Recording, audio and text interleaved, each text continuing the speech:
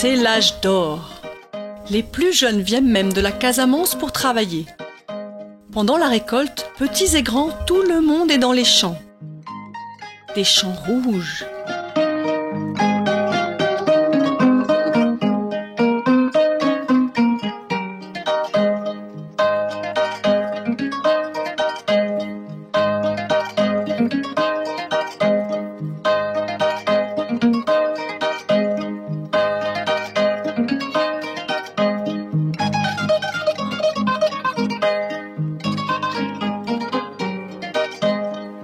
Chaque année, la tomate fait vivre près de 300 000 personnes. Du mois de mars à mai, c'est l'effervescence. Partout il y a de la vie, tout le monde s'affaire avec sérieux et dans la bonne humeur.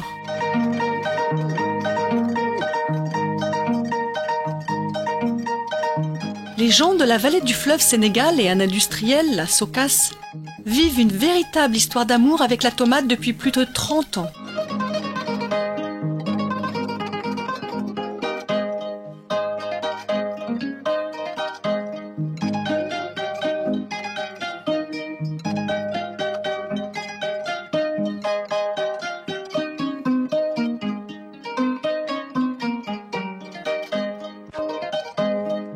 Les productions augmentent d'année en année. Les producteurs sont fiers d'être paysans. Car tout le monde sait que lorsque viendra la fin de la campagne, ça paye. Moi, tomate du Waalo du Sénégal, les paysans me chérissent. Les fournisseurs d'intrants, la SAED et la recherche prennent soin de moi et me soignent. Et l'usine fait de moi une vraie star. J'étais au service du Sénégal, de sa fierté, prospérité et culture, et je grandissais.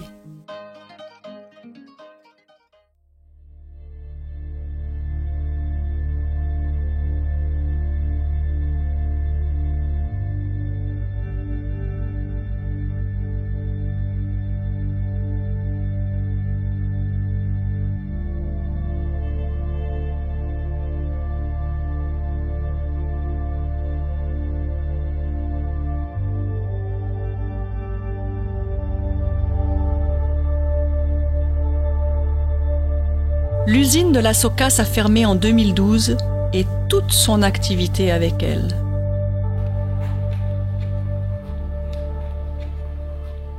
Donc voilà le matériel. Hein. Bon, on conduisait la tomate ici par le biais des tapis. On faisait le broyage ici. Voilà, voici les deux broyeurs. Et voici le tunnel de préchauffage. Maintenant, on amenait le jus là-bas, dans les tanks. Après, on prenait le jus pour faire l'évaporation avec les deux évaporateurs.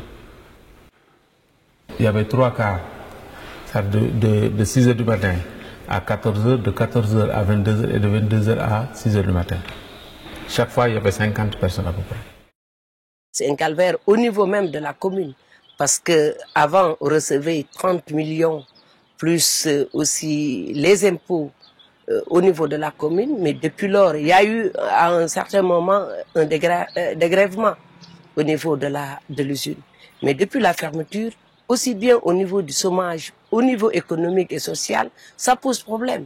Parce qu'il n'y a plus de femmes qui faisaient leur petit commerce au niveau de l'usine. Il y a aussi la perte de la main-d'œuvre, il y a aussi la perte de ces restauratrices et gargotes qui tournaient autour de l'usine. Ceux qui peuvent rester et cultiver la terre, ils sont là. Mais d'autres qui ne peuvent pas supporter, ils vont ailleurs, chercher ailleurs du travail. Parce qu'un jeune ne peut pas rester sans travail. Mais si quelqu'un ne travaille plus, qu'est-ce qu'il va faire pour nourrir sa famille? Qu'est-ce qu'il va faire pour se prendre en charge? Qu'est-ce qu'il va faire pour prendre ses enfants en charge? Surtout l'escolarisation de nos enfants. Nous, on a tout perdu. Hein? On a tout perdu. Depuis la fermeture de la Sokas, on a tout perdu. Aujourd'hui, on sent que la demande sociale est là, est très forte aussi. Et si vraiment la commune n'est pas en mesure de donner du travail, de donner le maximum d'elle-même, vous voyez ce que ça fait, c'est des pertes de valeur.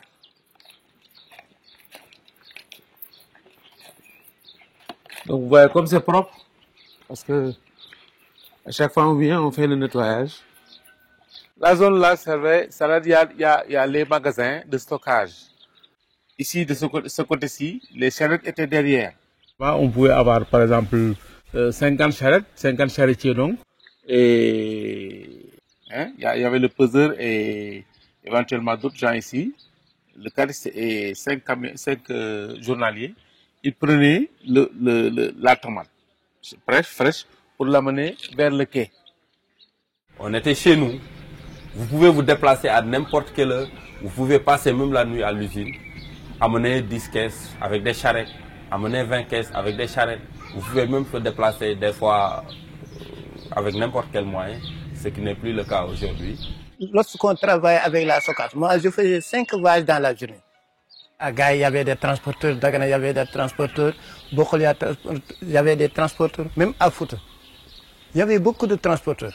Pour te dire que vraiment, la fermeture de la SOCAS, ça nous a fait un grand problème.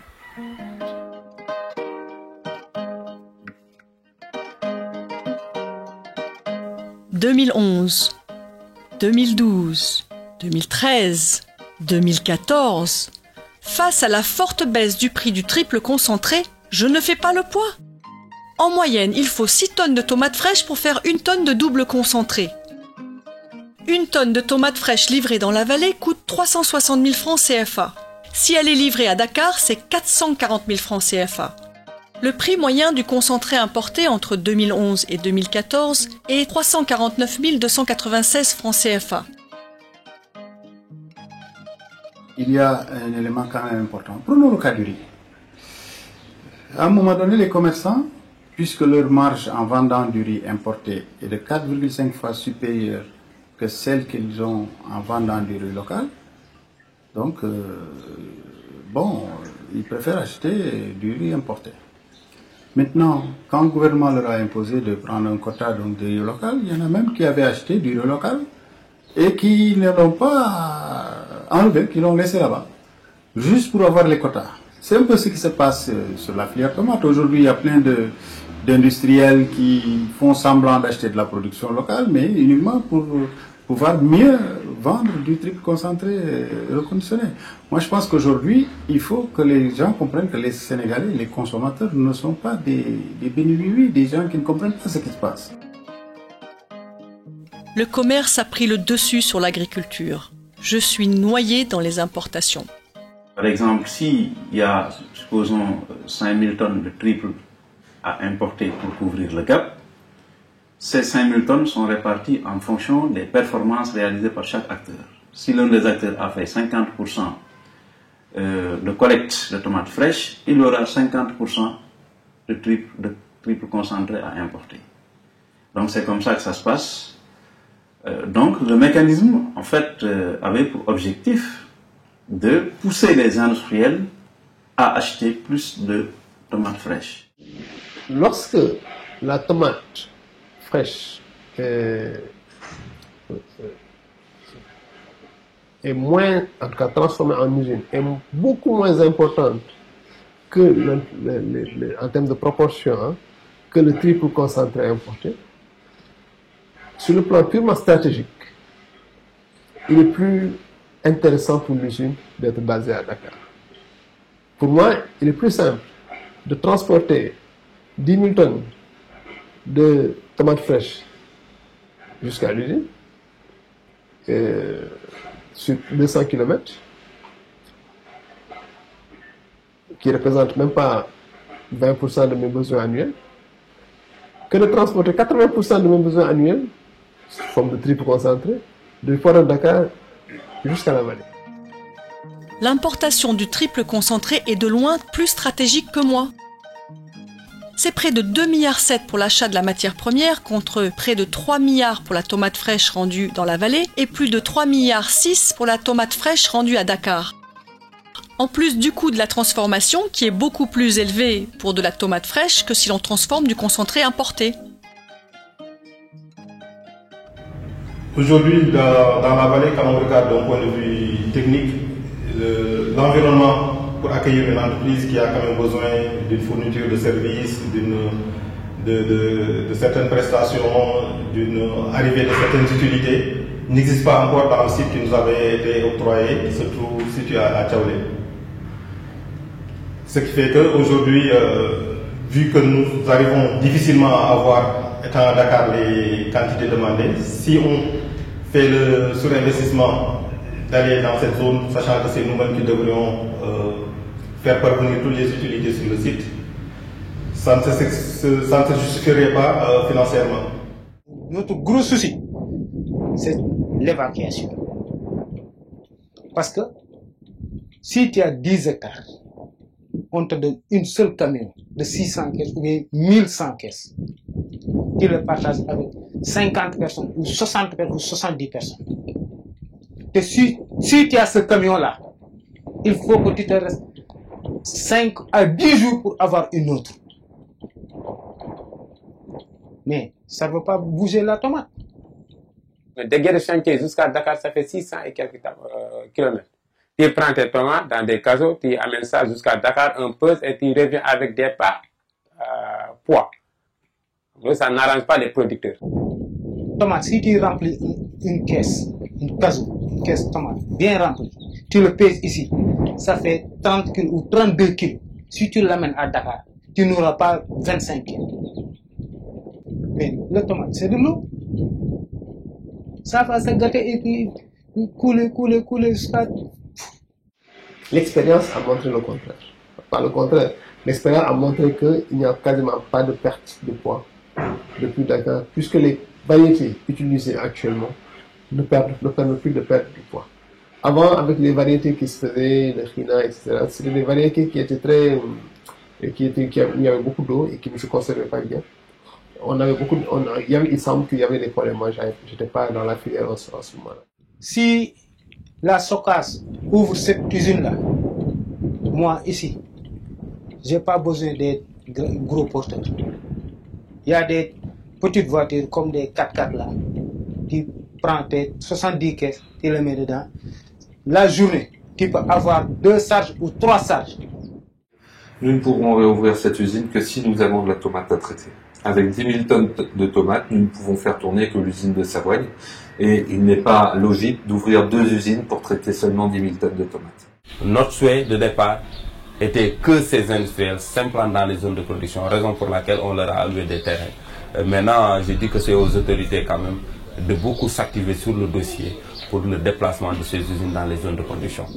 Nous, ce qu'on veut, c'est que toutes les usines viennent ici, plantées ici. La SOCAS ouvre son usine là, il y aura 3 usines. Les producteurs sénégalais, membres du comité national de concertation de la filière tomate industrielle, ont tout à fait raison de réclamer, j'allais dire exiger, que les industriels, mais alors tous, s'installent dans la zone de production. C'est impossible de défendre le contraire. Prenons simplement l'arachide. C'est un exemple que je donne. La Sonacos, jadis, devenue encore Sonacos d'ailleurs, SA. Et où? À Kaolack, la principale usine. À Diourbel, jadis, principal pôle de production d'arachide. En Casamance. Alors, le coton, il n'est pas à Dakar. C'est à Tambacounda. Les rizeries que je sache ne sont pas à Dakar ou à Diourbel. Elles sont dans la vallée, le delta et autres. C'est-à-dire, ça paraît évident. Parce que ça réglerait, en partie d'ailleurs, je vous donne un exemple, une contrainte qui est apparue, que j'ai répétée tout le long de mon interview, c'est la question de l'évacuation. Je considère que cette contrainte-là, c'est une contrainte qu'on ne peut pas, je veux dire qu'on ne peut pas, c'est une contrainte qui est, en tout cas, qui est possible d'être levée. Parce que si on considère, par exemple, il y a cela 2 ans, les industriels qui sont basés à Dakar ont pratiquement collecté plus de 30 000 tonnes. Donc, si les mêmes efforts, en tout cas, étaient doublés, en sus des efforts qui sont faits par l'industriel qui est présent là-bas au niveau de la vallée, je pense qu'on peut atteindre 100 000 tonnes. Donc, pour moi, c'est pas impossible d'être à Dakar et de collecter. Quand bien même que les charges de collecte, quand vous êtes à Dakar, ne sont pas les mêmes quand vous êtes près des producteurs. Donc, l'idéal, c'est d'être aux côtés des producteurs. Savez-vous que l'évacuation vers Dakar pose problème sur le plan sanitaire ? Une fois récolté, je perds rapidement de l'eau, l'amidon, mes vitamines, mon taux de sucre et je développe des bactéries et des champignons. Pour les consommateurs, il vaut mieux me transformer tout de suite. Sans compter du manque à gagner pour les collectivités locales, l'exode rural et les migrations. Je n'ai aucun parti pris, je ne les connais même pas. Mais quand même, la SOCAS, quoi qu'on dise, est dans la zone. A fait ce qu'elle a pu. Même si elle devait être notée, on peut dire peut mieux faire. Mais elle est déjà là, en train de faire ce qu'elle fait. C'est également pour moi une question d'équité pour que tous les industriels s'installent dans la zone, à côté du produit, et règlent ces questions. En tout cas, pour moi, tout ce qui est lié à la production pourra de manière automatique être réglé. La SOCAS, il ouvre l'usine début février. Mais dans tous les produits, dans tous les transformations mondiales, on a la tête, le cœur et la queue. Dans tout. Dans tout. Si tu fais la publicité, le gars qui fait le whisky, il dit ça c'est la tête, je le jette, ça c'est le cœur, je le mets dans la bouteille, ça c'est la queue, je le jette. Nous, on se retrouve qu'on prend toujours la tête, parce qu'on est les premiers à ouvrir. Et le paysan, il ne va pas dire ça c'est pour Socas, ça c'est pour Takamou, ça c'est pour Agrolife. Il prend toute la tête et la donne à Socas, parce qu'on est les premiers à ouvrir l'usine. Et le cœur, parfois, on le prend nous aussi, mais il va directement aux autres usines. Et la queue, c'est pareil. La queue, c'est à la Socas, parce que c'est la fin de la campagne, donc la qualité, c'est pas au 100%, c'est à 70%, comme ça. Donc on paye même au niveau de rendement. Et ça, je trouve pas normal. En épongeant la dette des producteurs de riz, l'État avait fait aussi un effort pour relancer encore cette filière tomate. Permettre à tous ces producteurs de tomates qui restaient accrochés au niveau de la banque pour les raisons diverses, de se relancer en termes de crédit bancaire. Ce travail-là a été fait et nous avons continué aussi à mettre du financement. Mais ce qu'on a constaté, c'est une baisse drastique de nos concours. Pas en termes d'autorisation, mais en termes de réalisation. Nous sommes restés sur les mêmes niveaux d'autorisation, mais à chaque fois on constatait d'année en année que le niveau d'utilisation de nos autorisations devenait de plus en plus faible. Moi l'année dernière, je n'ai pas fait de la tomate. Toute la commune de Gaïa n'a pas fait de tomate. Ce sera maintenant des producteurs désorganisés. La SOCAS peut tout pénétrer. La brûle aussi la même chose. D'autres industriels comme ça. Et chacun règle ses problèmes. En tout cas, Isabelle, la filière, c'était un bijou. Mais aujourd'hui, vraiment, la filière est morte. Vous savez, le premier problème que j'ai eu en tant que président, c'est de se lever un beau jour et d'être le président de cette filière. Je ne m'étais pas d'abord, on ne m'a pas préparé à ça. Ça a été un problème déjà. Parce qu'on s'est levé un beau jour, le président Fédère m'a proposé pour diriger cette filière. Alors que je n'étais pas préparé à ça. Il fallait d'abord avoir les connaissances qu'il faut. Il fallait d'abord avoir, je ne dis pas un bagage intellectuel, mais il fallait avoir un bagage pour pouvoir quand même faire face à énormément de problèmes. Je suis malade au sens propre comme au sens figuré. Les paysans ne se font plus confiance. Les paysans n'ont plus confiance en les industriels. Les industriels se crêpent le chignon et je n'ai plus de valeur. Mais comment puis-je en avoir pour les paysans ?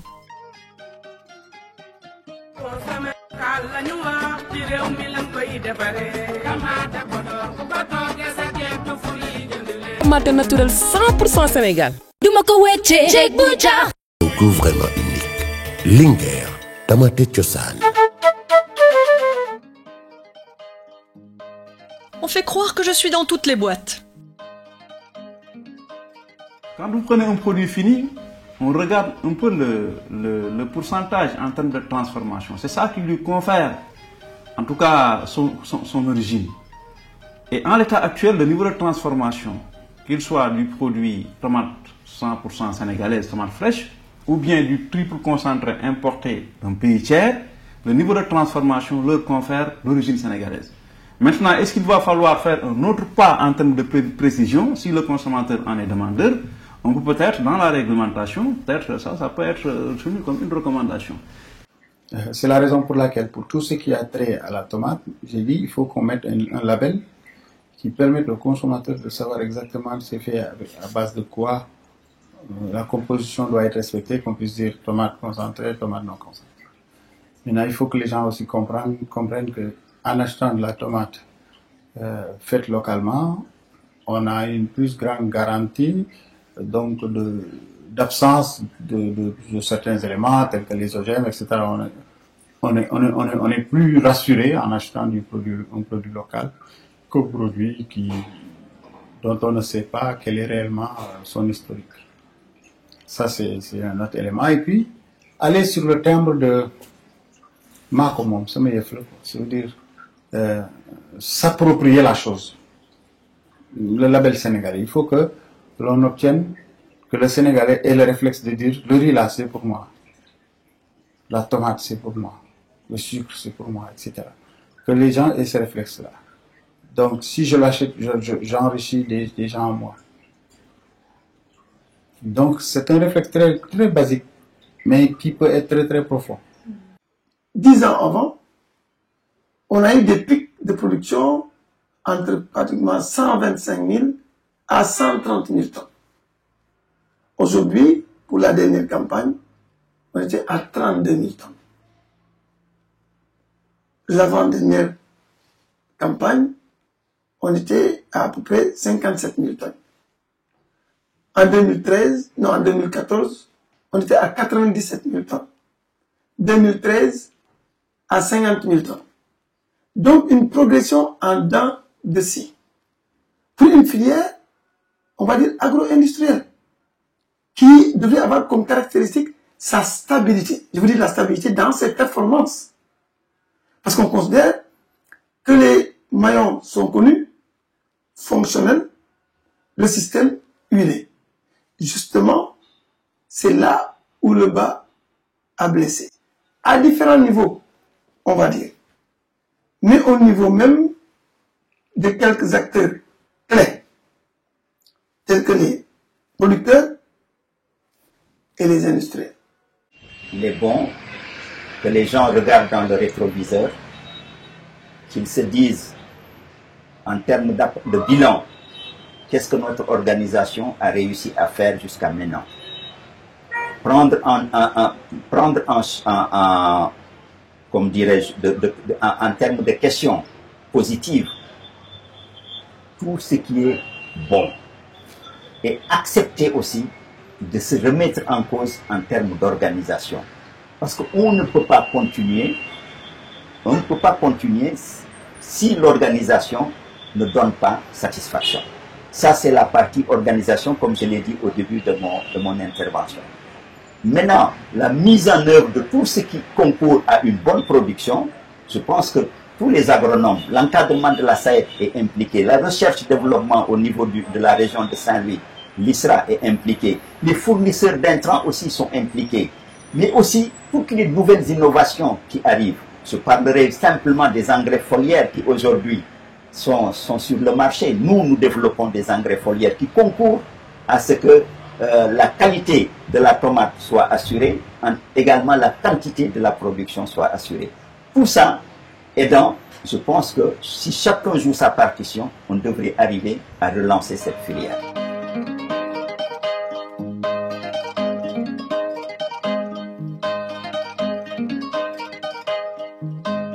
Pour que je grandisse à nouveau, il faut que je reprenne de la valeur. que l'on me redonne de l'amour, que je redevienne une source de prospérité, de fierté et de joie pour mon pays. Mais c'est possible! Il faut qu'aujourd'hui, avec les 3 industriels qu'on a, avec 4 usines, parce que la SOCAS dispose donc de 2 usines, même si l'usine de Dagana qui a fait donc son charme d'antan au niveau donc, de cette localité, avec tous les emplois qui ont été donc créés, et que la production n'arrive pas à satisfaire cela, il faut arriver à avoir suffisamment donc, de tomates fraîches. Mais il ne faut pas uniquement voir l'aspect concurrence pure et dure. En ce moment, on force les règles du jeu et ça va impacter donc sur la filière. C'est ce qu'on a assisté. Aujourd'hui, je crois que les leçons seront tirées de tout cela pour arriver quand même à faire en sorte qu'il y ait ce dialogue, un partenariat gagnant-gagnant entre donc, producteurs et industriels. En tout cas, c'est ce que nous cherchons pour pouvoir donc, développer davantage donc, la filière, la production, mais également faire en sorte que l'aspect organisationnel qui est en amont, qui est extrêmement important, puisse être également reprise comme dans le passé.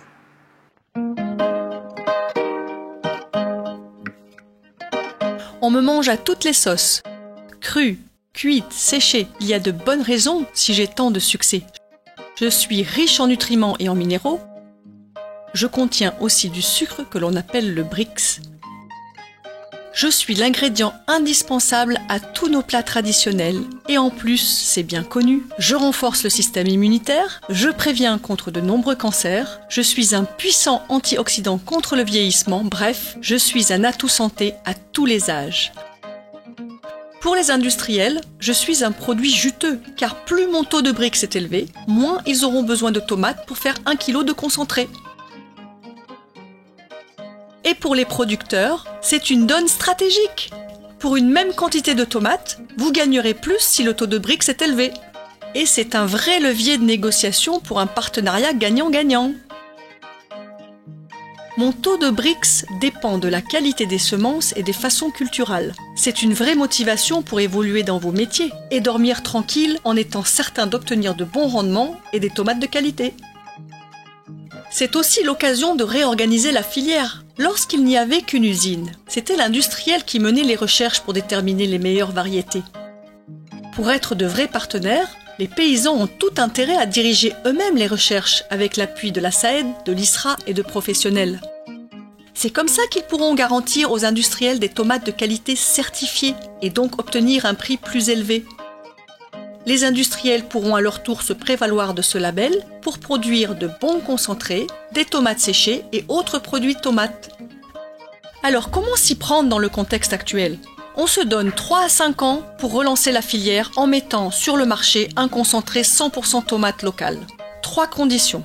Je suis vendu uniquement aux industriels basés dans la vallée. Je suis prioritaire sur le marché. L'État met en place une régulation permettant aux industriels fabricants du concentré 100% tomates locales de vendre toute leur production avant qu'un autre concentré ne soit mis sur le marché pour combler la demande nationale. Et mon origine est garantie.